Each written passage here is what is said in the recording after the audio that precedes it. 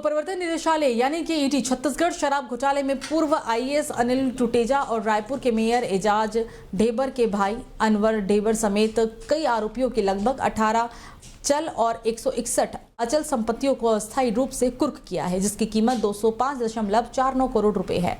ED ने मामले में आईपीसी 1860 और भ्रष्टाचार निवारण अधिनियम 1988 की विभिन्न धाराओं के तहत छत्तीसगढ़ राज्य पुलिस द्वारा दर्ज की गई एफआईआर के आधार पर शराब घोटाले में एक ईसीआईआर दर्ज की। ईडी द्वारा कुर्क की गई संपत्तियों में पूर्व आईएएस अनिल टुटेजा की 14 संपत्तियों को कुर्क किया गया, जिनकी कीमत 15.82 करोड़ रुपए थी।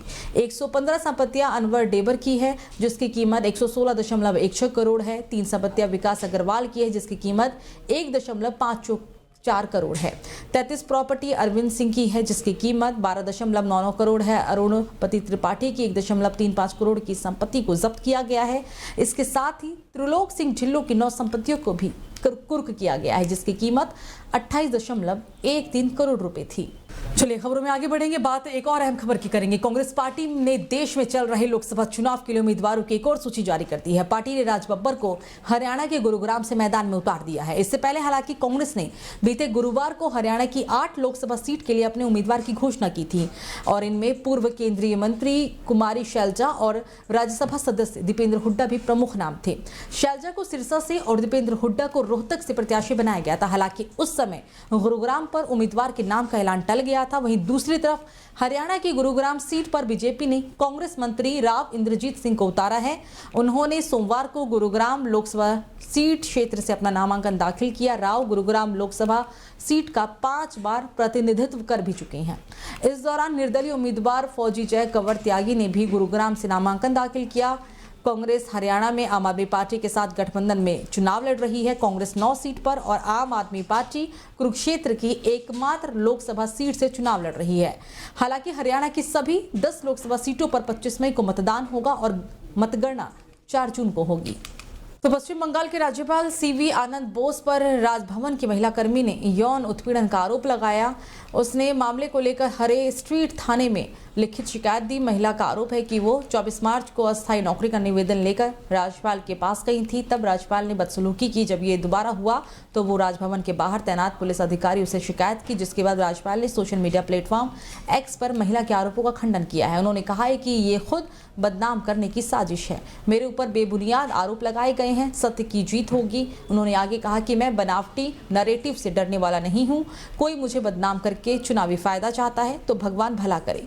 मैं भ्रष्टाचार हिंसा के खिलाफ लड़ाई नहीं रुक सकता। राज्यपाल पर लगे आरोपों को लेकर बीजेपी नेता शुभेंदु अधिकारी ने कहा कि यह देखना होगा कि आरोप सही है या फिर कोई साजिश है।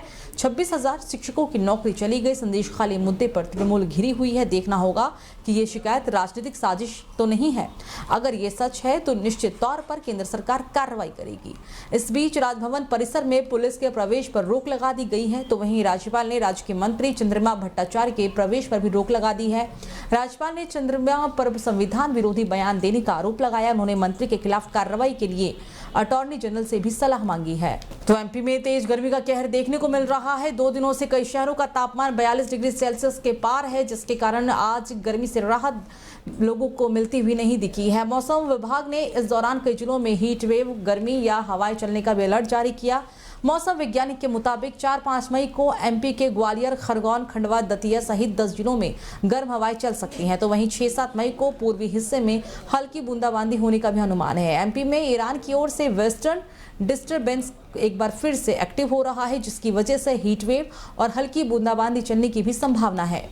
तो भारतीय शेयर बाजार में शुक्रवार की दोपहर को कारोबारी के लिए एक बड़ी गिरावट दिखी है। सुबह मजबूत दिख रहे सेंसेक्स और निफ्टी अपने ऊपरी स्तरों से नीचे की ओर फिसल गए। सेंसेक्स 1130 अंक गिरकर 73,481 पर पहुंच गया, जबकि निफ्टी 296 अंक गिरकर 22,351 पर बंद हुआ। इस दौरान बीएसई के सभी 19 सेक्टोरल इंडेक्स लाल निशान पर कारोबार करते हुए दिखे। बाजार में बीएसई में सूचीबद्ध कंपनियों का बाजार पूंजीकरण घटकर 404.48 लाख करोड़ रुपए रह गया है। Bharti Airtel, Reliance, L and T, Maruti Suzuki, Nestle India और टाटा मोटर्स के शेयर में 3.37 तक की गिरावट दर्ज की गई। तो वहीं सेंसेक्स में बजाज ट्विंस के शेयर 1.8% तक बढ़ गए। आपको बता दें कि घरेलू बेंचमार्क इंडेक्स दिन के ऊपरी स्तरों से नीचे फिसल गया।